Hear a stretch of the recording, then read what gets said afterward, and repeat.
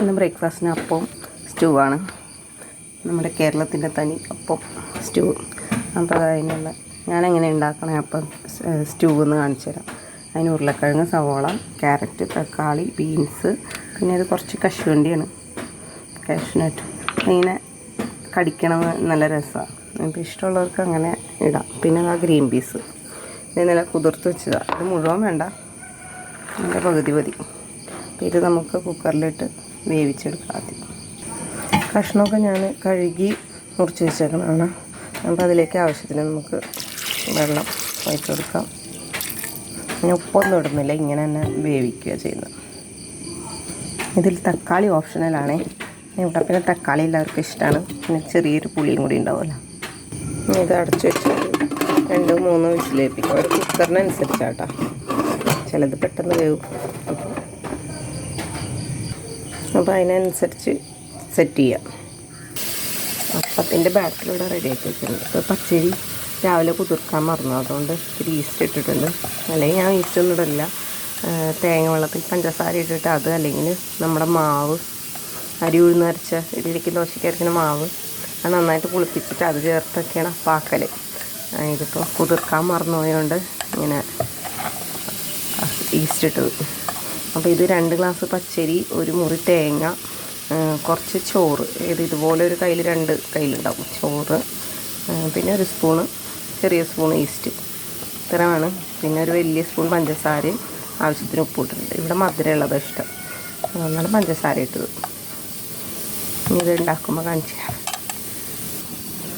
സ്റ്റൂവിനുള്ള അരപ്പിനുള്ള തേങ്ങ, ജീരകം, ഇഞ്ചി, പിന്നെ കുറച്ച് കശുവണ്ടി, ഒരു പച്ചമുളക്, വെളുത്തുള്ളി അല്ലി. ഇത് നന്നായിട്ട് അരച്ചിട്ട് എടുക്കാം. കഷ്ണമൊക്കെ വെന്തിട്ടുണ്ടാവും, എല്ലാം നല്ല പോലെ വെന്ത് വന്നിട്ടുണ്ട്. അതിൻ്റെ ആവി വരുന്നുണ്ട് അവിടെ. ഇനി നമുക്ക് അരപ്പ് ചേർക്കാം ഇതിലേക്ക്. ഇത് നമ്മൾ തേങ്ങ അരച്ചെടുത്ത് കേട്ടോ, നന്നായിട്ട് അരച്ചിട്ടുണ്ട്. തേങ്ങാപ്പാൽ ചേർക്കുന്നവരുണ്ട്. തേങ്ങാപ്പാലാണ് ശരിക്കും സ്റ്റൂവിന് ചേർക്കൽ, പക്ഷേ കുറച്ച് പൊടിയല്ലേ സ്കൂൾ ദിവസം. ഇതാകുമ്പോൾ കുറച്ചും കൂടി എളുപ്പമാണ്.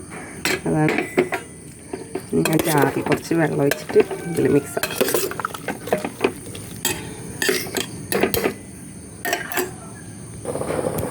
അരപ്പൊക്കെ ചേർത്തിട്ടുണ്ട്.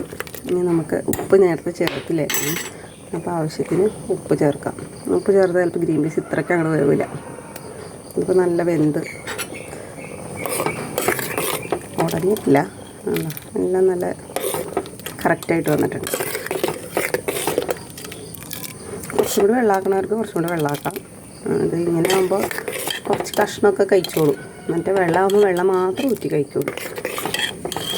വെജിറ്റേറിയൻ ആണെങ്കിലും പച്ചക്കറിയൊക്കെ കഴിക്കാൻ ഇത്തിരി മടിയാണ് ഇവിടെ.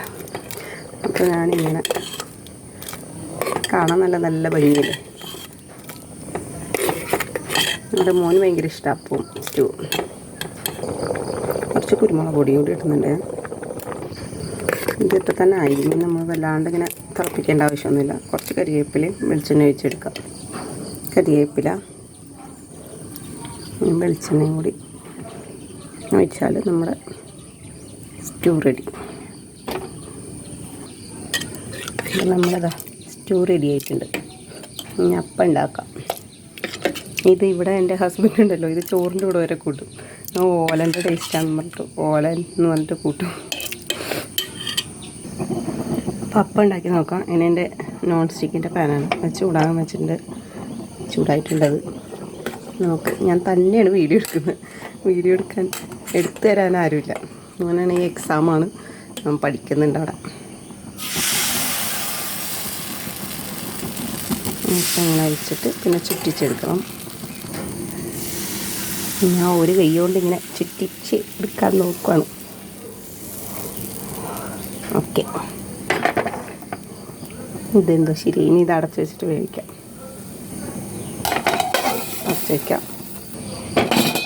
എന്തായാലും ഇപ്പം തന്നെ ആയിട്ടുണ്ട്. നമുക്കത് എടുത്തു നോക്കാം.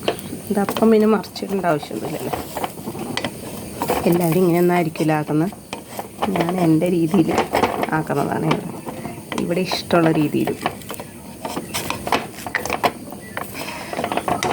നന്നായിട്ട് ചൂടായിട്ടുണ്ടായിരുന്നു. അത് മറിച്ചിട്ടിട്ട് കാണിച്ചു തരാം. എടുക്കുമ്പോഴൊരു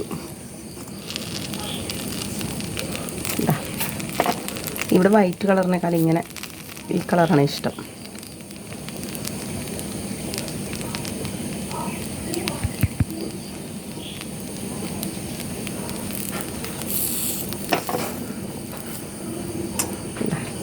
ഈ സൈഡും വന്നിട്ടുണ്ട്.